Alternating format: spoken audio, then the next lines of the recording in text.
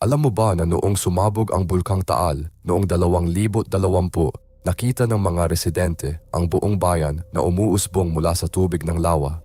Sa loob ng mga siglo, nilamon ng Bulkang Taal ang maraming bayan, mga simbahang Kastila, mga lumang bahay at libo-libong buhay, lahat natulog sa ilalim ng tubig.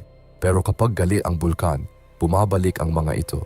Sa mga evacuation center sa Talisay at San Nicolas, kwentong bayan ang mga pamilyang binisita ng kanilang mga ninuno, mga multo na nagbabala ng panganib. Mga fisherman naman ay nagsasabing ginagabayan pa rin sila ng mga nalunod palayo sa mapanganib na lugar. Para sa mga katutubo, ang Bulkang Taal ay isang spiritual na labanan, mga sinaunang Diyos kontra mga santong Kristiyano. Kaya ginagawa pa rin nila ang mga ritual para pakalmahin ang mga displaced spirits. Ang tanong, mga imahinasyon lang ba ito dulot ng takot? O talagang may mga kaluluwa na hindi makakapahinga hanggang hindi nakakamit ang hustisya? Sa susunod na pagsabog, ikaw, makikita mo rin kaya sila?